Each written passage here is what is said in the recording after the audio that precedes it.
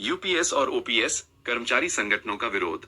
उसमें केंद्रीय सरकार द्वारा शुरू की गई नई पेंशन योजना यूपीएस यूनिफाइड पेंशन स्कीम के खिलाफ कर्मचारी संगठनों का विरोध है। यूपीएस और ओपीएस में क्या अंतर है? ओपीएस ओल्ड पेंशन स्कीम यह एक ऐसी पेंशन योजना थी जिसमें कर्मचारी को रिटायरमेंट के बाद उसके अंतिम वेतन का एक निश्चित प्रतिशत पेंशन के रूप में मिलता था। ये पेंशन पूरी तरह से सरकार द्वारा वहन की जाती थी। एनपीएस नई पेंशन स्कीम, इसमें कर्मचारी और सरकार दोनों एक निश्चित राशि का योगदान करते हैं। रिटायरमेंट पर यह धन एक निवेश फंड में से निकाला जाता है और कर्मचारी को पेंशन के रूप में मिलता है। पेंशन की राशि बाजार में उतार चढ़ाव के अनुसार बदलती रहती है। यूपीएस यूनिफाइड पेंशन स्कीम यह एनपीएस का एक संशोधित रूप है। इसमें भी कर्मचारी और सरकार दोनों योगदान करते हैं, लेकिन कुछ बदलाव किए गए हैं, जैसे कि न्यूनतम पेंशन की गारंटी और योगदान की दरों में बदलाव। कर्मचारी संगठनों का विरोध क्यों?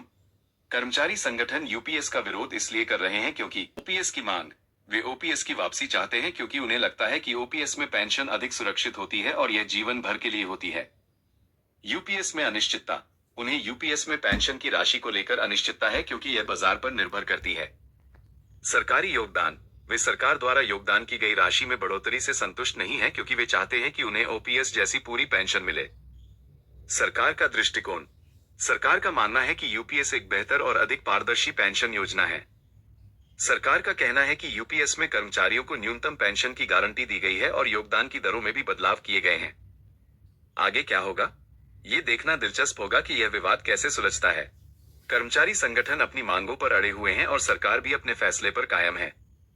ये संभव है कि दोनों पक्षों के बीच बातचीत हो और कोई समझौता हो। यह मुद्दा न केवल कर्मचारियों बल्कि पूरे देश के लिए महत्वपूर्ण है क्योंकि यह पेंशन सिस्टम के भविष्य को प्रभावित करेगा। यहाँ कुछ महत्वपूर्ण बिंदु हैं जिन्हें ध्यान में रखना चाहिए। कर्मचारियों की सुरक्षा।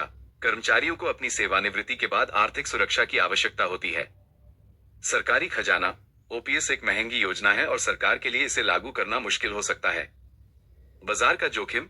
एनपीएस और यूपीएस में बाजार का जोखिम होता है, जिसका मतलब है कि पेंशन की राशि बाजार में उतार चढ़ाव के अनुसार बदल सकती है। मुख्य बिंदु। यूपीएस क्या है? यह एक नई पेंशन योजना है जिसके तहत कर्मचारियों को 25 साल की सेवा के बाद अंतिम वेतन का 50% पेंशन के रूप में मिलेगा।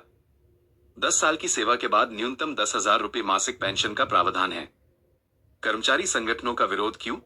कर्मचारी संगठन ओपीएस की बहाली की मांग कर रहे हैं। उन्हें लगता है कि यूपीएस में भी ओपीएस जैसी गारंटी नहीं है। कर्मचारियों का मानना है कि यूपीएस में सरकार अपना योगदान बढ़ा रही है, लेकिन कर्मचारियों को मिलने वाली पेंशन की राशि में कोई खास अंतर नहीं आ रहा है। कर्मचारियों की चिंताएं जायज हैं। अनिश्चितता। कर्मचारियों को लगता है कि यूपीएस में भी उनके भविष्य को लेकर अनिश्चितता बनी रहेगी। कम पेंशन।